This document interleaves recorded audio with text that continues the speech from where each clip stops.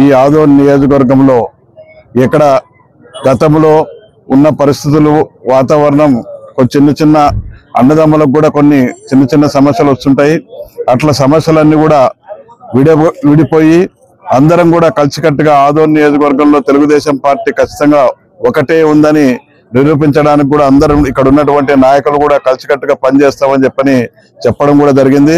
కాబట్టి ఇప్పటికే ఈ సుపరిపాలనలో తొలి అడుగులో భాగంగా ఈ ఆదోనిలో ఇప్పటికే కూడా మనం నియోజకవర్గంలోనే కాకుండా జిల్లాలో సెకండ్కు రావడం కూడా జరిగింది.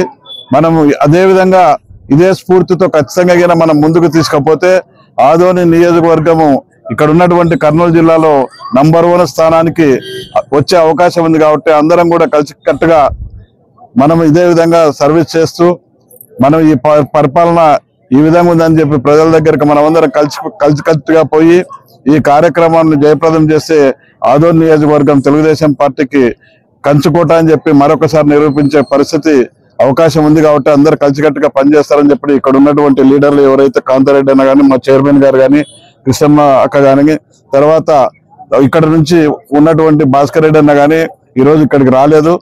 తర్వాత అందరూ కూడా ఎవరైతే ఉన్నారో అందరూ కూడా కలిసికట్టుగా పనిచేస్తామని చెప్పడం కూడా జరిగింది. వారంతా కూడా కలిసికట్టుగా పనిచేయడానికి వాళ్ళు సిద్ధంగా ఉన్నారు. మేము కూడా మీనాక్షి నాయుడు అన్న గారిని కూడా రిక్వెస్ట్ చేస్తున్నది ఏముందంటే అందరిని కూడా పిలుచుకొని ఒకరికొకరు చక్కతో ఉండే పరిస్థితి తీసుకురావాలని చెప్పి వారిని కూడా రిక్వెస్ట్ చేయడం జరిగింది.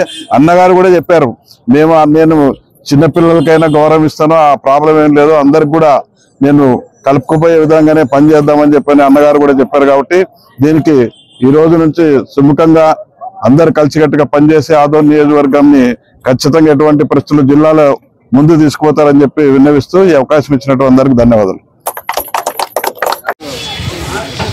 తొలి అడుగు సుపరిపాలనలో భాగంగా తొలి అడుగు కార్యక్రమానికి నిజాముద్దీన్ కాలనీకి రావడం జరిగింది. ఇక్కడ మన కార్యకర్తలు అలాగే మన నాయకులందరితో పాటు ప్రతి ఇంటింటికి తిరిగినాము. ప్రతి ఒక్కరు చాలా సంతోషంగా ఉన్నారు. మాకు ఈ పెన్షన్ కలిగి వస్తుంది.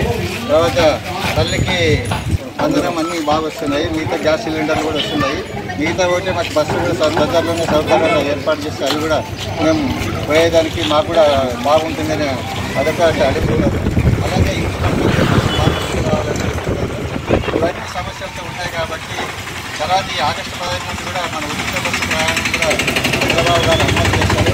అలాగే ప్రతి పల్లెల్లోనూ పట్టణంలోనూ పల్లెల్లోనూ మూడు సెంట్లు, పట్టణంలో 2 సెంట్లు ప్రతి ఒక్కరికి ఇవ్వాలనేది కూడా చంద్రబాబు గారు ఆశ ఉంది. కాబట్టి వాటికి కూడా ఎవరైతే అర్హులైతే వాళ్ళు కూడా తీసుకుని ఇవ్వాలనే ఉద్దేశంతో కూడా చేస్తున్నారు.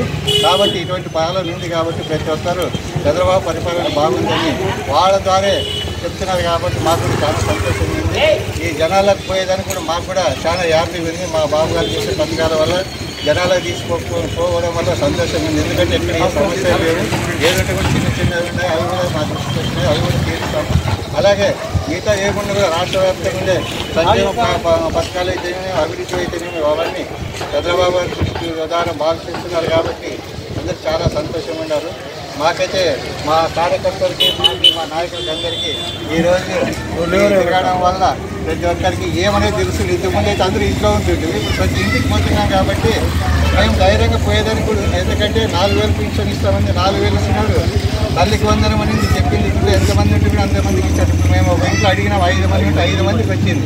మరి 5 మందికి 65,000 వచ్చిందంటే అవి ఎంత సంతోషంగా చెప్పిందంటే అంత సంతోషంగా చెప్పింది. ఎందుకంటే ఇవన్నీ భవిష్యత్తులోన ప్రతి పేదవాళ్ళు కూడా బాగుండాలని ఉద్దేశంతో ఈ పథకాలు తీసుకొస్తున్నారు. కాబట్టి చంద్రబాబుకి మనమందరము అలాగే వాళ్ళ పరంగా అందరి పరంగా కృతజ్ఞతలు చేసుకుంటున్నాం.